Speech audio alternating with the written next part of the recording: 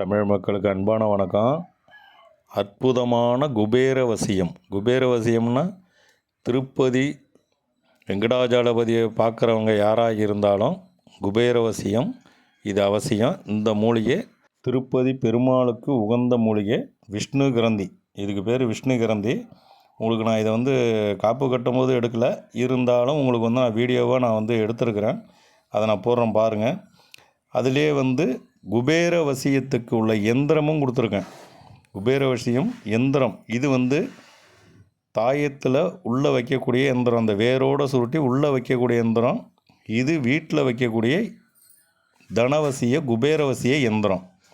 இந்த எந்திரத்தை வீட்டில் வச்சு வணங்கினா பணவரவாக இருந்தாலும் செல்வ வளம் எல்லாமே அற்புதமாக வேலை செய்யும். மெயின் இது வியாபார அவசியத்துக்கு உள்ளது. இந்த வியாபார அவசியம் உங்களுக்கு அவ்வளோ சிறப்பாக இருக்கும். விஷ்ணு கிரந்தி ஒரு இடத்துல முளைச்சிருந்து எல்லாத்தையும் சுத்தம் பண்ணிவிட்டு நான் அதை காப்பு கட்டி எடுக்கணும்.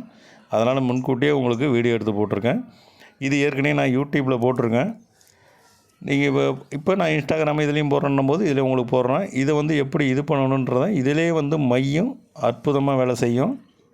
வீடியோவை லைக் பண்ணுங்கள், சப்ஸ்கிரைப் பண்ணுங்கள். ஃபாலோவர்ஸே இல்லை, ஃபாலோவர்ஸுக்கு இது பண்ணிங்க.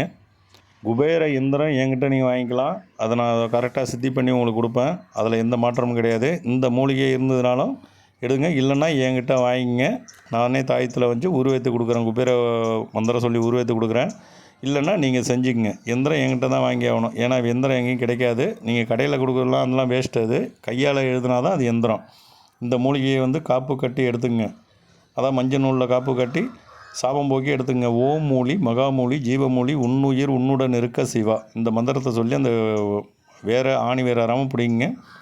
அதை ஒரு கல்லை வச்சு கட் பண்ணிங்க. கட் பண்ணிவிட்டு நான் கொடுத்துருக்க அந்த எந்திரம் ஒன்று முன்னாடி கொடுத்துருக்கேன். குபேரவசி எண் எந்திரம் கொடுத்துருக்கேன்.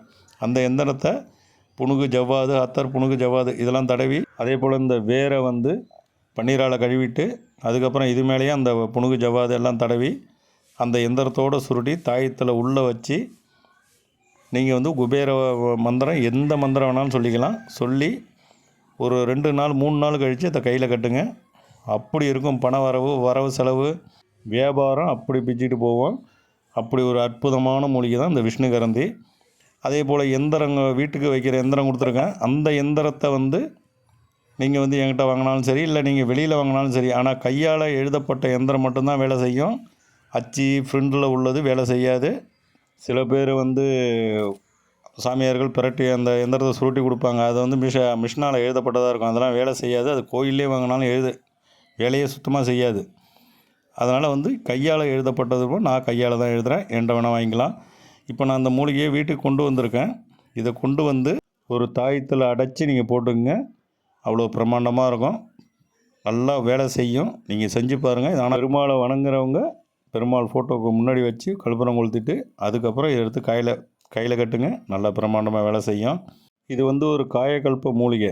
அதாவது இதை காயக்கல்பமாக எடுக்கணுன்னா என்கிட்ட ஃபோன் அடித்து கேளுங்க. ஏன்னா அது சொல்கிறதுக்குள்ளே நீங்கள் உள்ள தள்ளி விட்ருவீங்க, நேரம் பத்தாது.